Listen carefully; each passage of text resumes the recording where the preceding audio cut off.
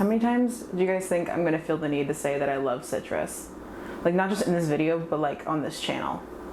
I would say take a shot, but I don't wanna kill anybody, so.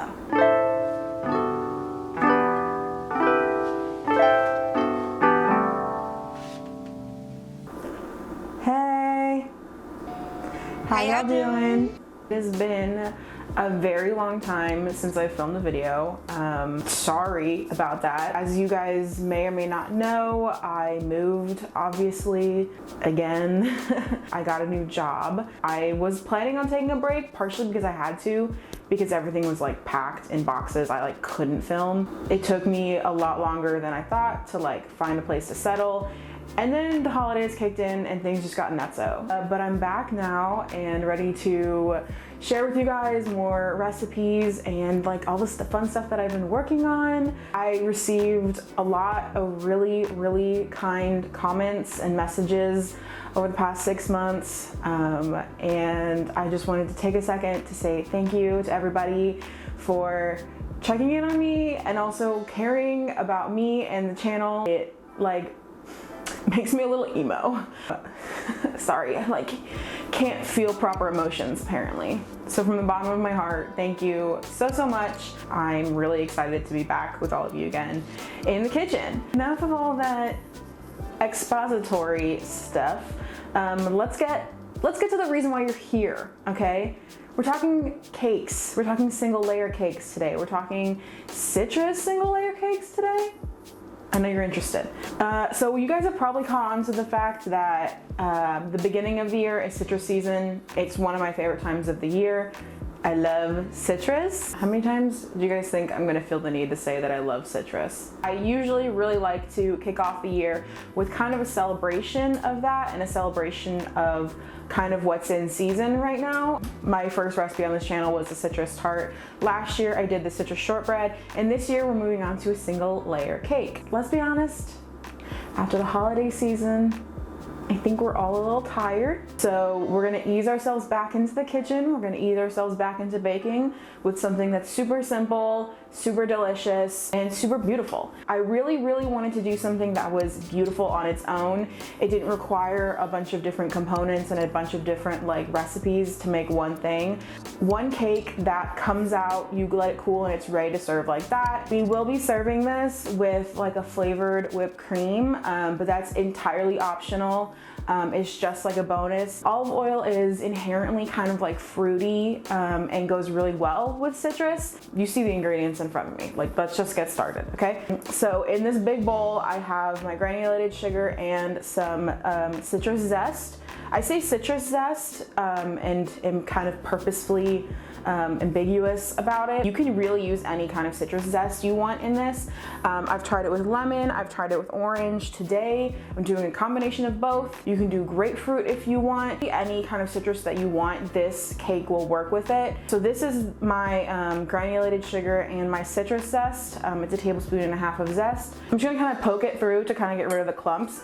And then I'm gonna whisk this. So basically what we're doing is like essentially flavoring the sugar.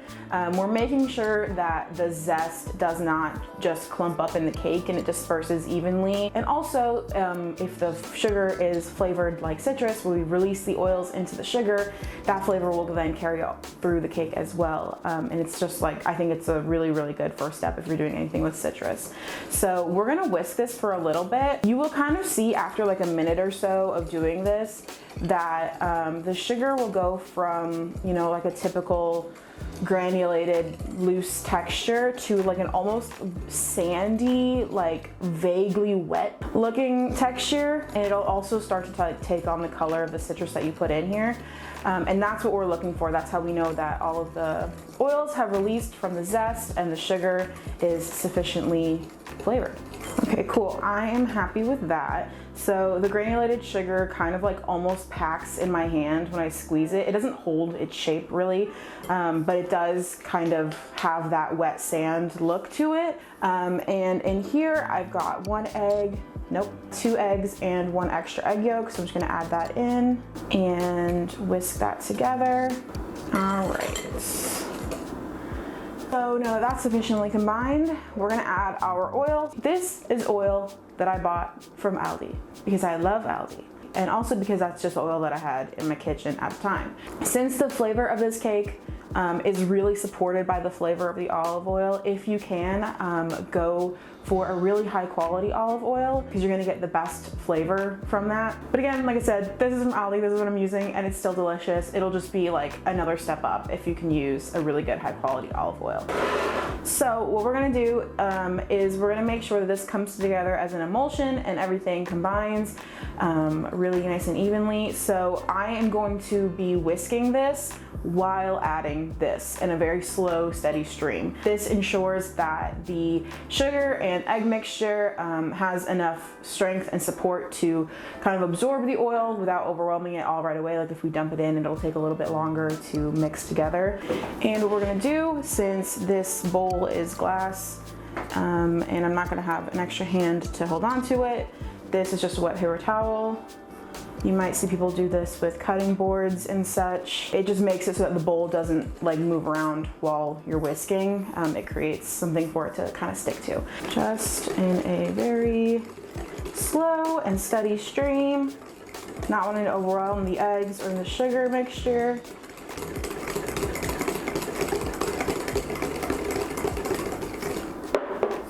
And I'm just gonna keep whisking until everything is fully combined. You should see the mixture kind of thicken up a little bit and go maybe a little bit pale.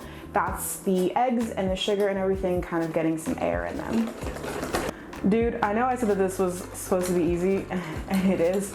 However, I have carpal tunnel in both my hands, so when I lift my whisk out of the mixture, what drips off stays on the surface for a second before absorbing immediately back into the rest of it. So I'm pretty happy with that. So now what we're gonna do is introduce the rest of our wet and our dry ingredients. So I've got my flour mixture over here. This is the flour, salt, baking powder, and baking soda. I've got milk right here, and I've got fresh citrus juice over here. I really wanted to make sure that we were being really purposeful about the ingredients in this recipe, so we use both the zest and the juice of your chosen citrus in this cake. Not only does that obviously add more flavor, but it makes sure that you are utilizing as much of each ingredient as possible and you don't just have like a zested orange sitting in your fridge. So this is a 1/4 cup of lemon juice. No, it's not. Actually, that's a lie. This is a 1/4 cup of lemon juice and orange juice. So if you have some left over, maybe make yourself some lemonade. Drink some OJ. I know you need the vitamin C. So what we're gonna do is alternate the additions in here, and basically that just ensures that everything gets mixed really well together without over mixing anything and overdoing any of the gluten. So I'm gonna add half of my flour mixture in here. You pretty much always want to start with the dry ingredients whenever you do stuff like this. I'm gonna whisk that until everything is just combined. And when I say just combined, I mean like just barely combined. Now I'm gonna add my citrus juice of choice, a little bit more of my flour mixture, just half of what's left. So you should be adding the flour in thirds. And we're gonna add our milk here. My milk is gray because this is oat milk, because that is what I drink. So this recipe does work with alternative milks. And now we're gonna add the last of our flour mixture. Everything's mixed together. You don't want to overmix it because then you're going to overwork the gluten and you're going to get some really weird tunneling in here. Tunneling is when you cut into a cake and instead of like an even nice crumb throughout the whole thing, you get these like really big gaps. So if you've ever made a cake and when you cut into it, you get these really big holes in it, that's because it's overmixed. It causes what's called tunneling. The more you know. So this is an 8-inch springform pan that I sprayed and lined the bottom with parchment paper. It doesn't have to be a springform pan. It just has to be something deep because this is kind of a tall cake. So you're gonna want something that has at least, what is that, 2-3 inches? Not one of the like really short cake pans, you know? You're gonna want something that's got some height to it. I'm gonna pour my batter in here. Smells freaking delicious. So this last part's optional, but it is kind of what makes this cake so pretty. So we're going to get that kind of like crackly top. And the way that people do that is they add just granulated sugar, or you can do demerara or turbinado sugar. So this is 3 tablespoons of granulated sugar. And what happens in the oven is that the layer of granulated sugar you put on top melts and hardens, but the cake keeps rising and baking. So you get that really, really pretty crackly top that you see on a lot of single layer cakes that don't have any frosting or anything on them. So I'm just gonna evenly sprinkle this on top of my cake. You wanna get this as even as you can, but you wanna try to avoid getting too many sugar piles, because that's not gonna bake into the cake. Only the first layer of sugar is gonna bake into the cake. You're gonna get piles of uncooked sugar on top of your cake if you go too overboard. This is gonna go straight into a preheated oven. We're at 350 degrees right now, and we're gonna bake it until when you insert a toothpick into the center, it comes out with just a few moist crumbs. We don't want to overbake this. So it's gonna take anywhere from 30 to 45 minutes. So just keep checking on it depending on how your oven runs, and I will see you once it's baked. God, the fucking finger guns. I'm so sorry. It's been a really long time.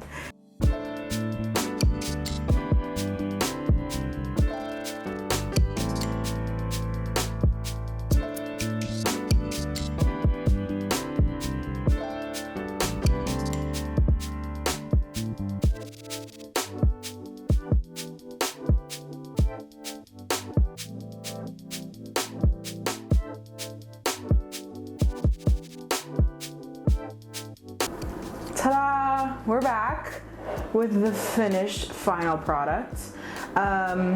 Isn't she gorgeous?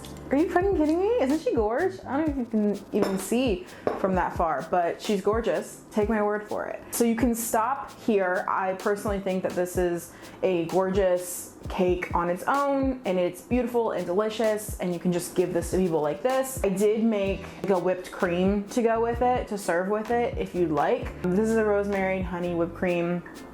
It's really, really simple. If you've ever made whipped cream before, it doesn't take a lot of extra steps. Basically, you just take the cream that you're gonna whip up, and you can either do this in the microwave or on the stovetop. I just did it in the microwave in 30-second intervals.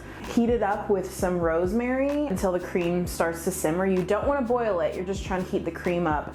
And then put it in a container, cover with plastic wrap, and leave it in the fridge to chill. You're gonna wanna chill it for quite a while, because you don't want it to just not be hot anymore. You want it to be cold. So I leave mine in the fridge for an hour. And then I fish out the rosemary, add some honey, some salt, some vanilla, and whip it up to soft peaks. If you do it and you're finding that your cream is just not whipping up, it's probably still a little bit too warm. Not a problem, just throw it in the fridge for another 15 or 20 minutes and try to whip it up again, and it should come together. And let's give it a try, shall we? Let me get the cake and some of this whipped cream in here.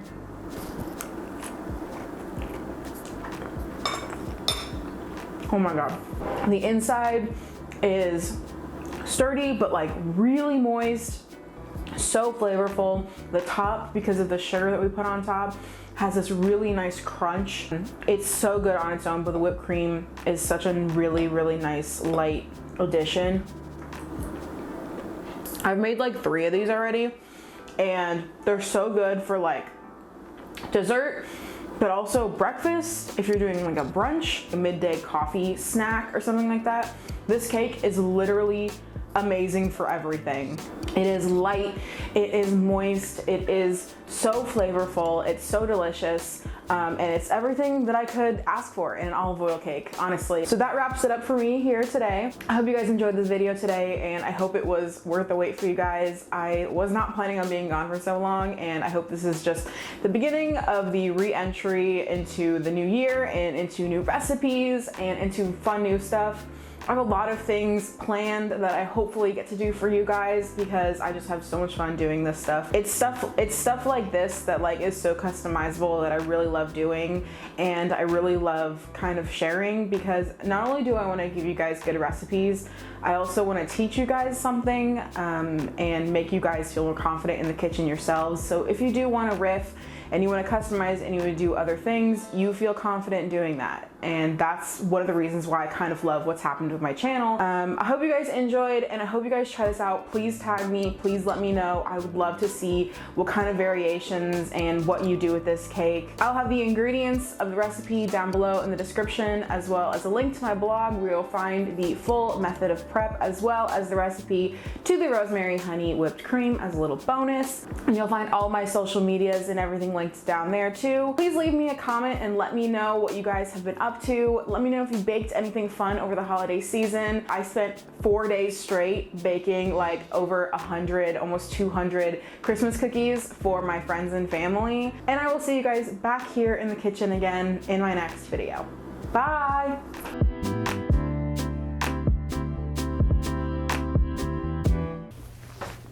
Has this been open the whole time? Oh my god, that's so embarrassing.